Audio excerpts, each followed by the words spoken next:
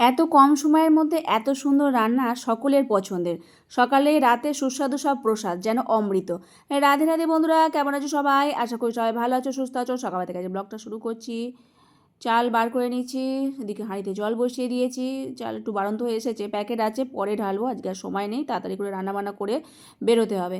তো পনির বার করে নিচ্ছি, এদিকে আলুটা ভেজে নিচ্ছি। আলু আজকে সেদ্ধ করে নিই। আর ফুলকপি গ্যাসে হাঁড়ি বসিয়েছি, তার উপরে আবার বাটি বসিয়ে জল দিয়েছি, তার মধ্যে আবার ফুলকপিটা দিয়ে দিয়েছি। হালকা একটু ভাপানো মতো হয়ে যাবে এই হাঁড়ির জলের ভাতে। এদিকে অন্নও ফুটছে আর এদিকে আমার ফুলকপিটাও ভাপানো মতো হয়ে যাবে। পনিরগুলো ভেজে নিলাম, ব্যাস। এই এক তরকারি রান্নাবান্না করব, আবার বেরোবার আছে। কিন্তু এই তরকারিটাই রান্না করলে সারাদিন মতো বাচ্চাদের আর কিছু লাগে না। আর একটু বাগিয়ে রান্না করলেই এত সুন্দর হয় পনিরের রসা, সত্যি অসাধারণ। তো মশলা মিক্সচারে করেছিলাম, সেটাকে ভেজে এখন দিয়ে দিলাম। এবার জল ঢেলে দেবো। আলু ফুলকপি সব একসাথে দিয়েছি। আজকে আর প্রেসার কুকারের মধ্যে আলুটা দিইনি বলে তাই একটু সময় লাগবে। তবুও যাই হোক, পনিরগুলো একটুখানি জলে দিয়ে রেখেছিলাম। এদিকে একটু সাঁতলে নিলাম, পনিরও দিয়ে দিয়েছি। জিরে তেজপাতা একটু চিনি ওর মধ্যে দিয়েছিলাম, আর লবঙ্গ এলাচ দারচিনি গ্যাসের কাছে গরম করতে দিয়েছি, ওটাকে বেটের মধ্যে দিয়ে দেবো।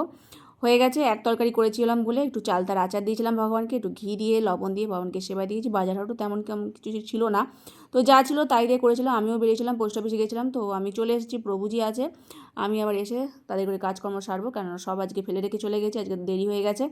যাই হোক, এখন ওপরে যাই। জয়িতা ঘরে আছে, ও যেদিনকে পরীক্ষা থাকে সেদিনকেই যায়, আর যেদিনকে পরীক্ষা থাকে না সেদিনকে যায় না। তো এটা হচ্ছে 15 তারিখের ভিডিও, মানে একাদশীর আগের দিন। আমি একাদশীর দিন ভিডিওগুলো সব দিয়ে দিয়েছি বলে তো এই ভিডিওটা ছিল, তাই তোমাদের সাথে শেয়ার করছি। তো আগে এসে হাত পা ধুয়েছি, একটু রেস্ট নিয়েছি, নিয়ে জামা কাপড় চেঞ্জ করে নিয়ে একবারে ঘরদোর পরিষ্কার করতে শুরু করেছি। একবারে রান্নাঘরে গ্যাস ফ্যাস মুছে নিয়ে তারপর বাসনগুলো সব মেজে নেবো, কেন কাজ পড়ে থাকলে আর কোনো কিছুই ভালো লাগে না। আগে পরিষ্কার পরিচ্ছন্ন করে নিয়ে তারপর আমি জামা কাপড় একবার ধুয়ে আর রেস্ট নেবো।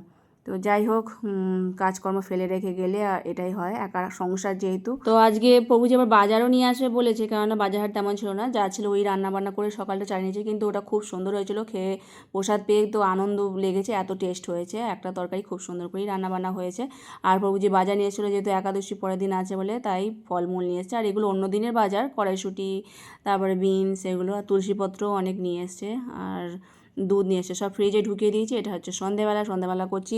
কুমড়ো নিয়ে এসছে, ছোলা ভেজানো ছিল, শিম বরবটি কুমড়ো দিয়ে, আর একটা কাঁচা টমেটো, কড়াইশুঁটি আর ছোলা দিয়ে, মানে একটা মিক্স সবজি করছি। এটা আদা আর হিং দিয়ে দেবো, খুব ভালো লাগে। আর আজকে আটার সাথে একটুখানি রাগি আটাও মেশে নিলাম। এই আটাটা এমনই, যতই আমি আটা এর সাথে মেশাই না কেন, রুটি বা পরোটা যাই করি না কেন, কালো কালারেরই হয়।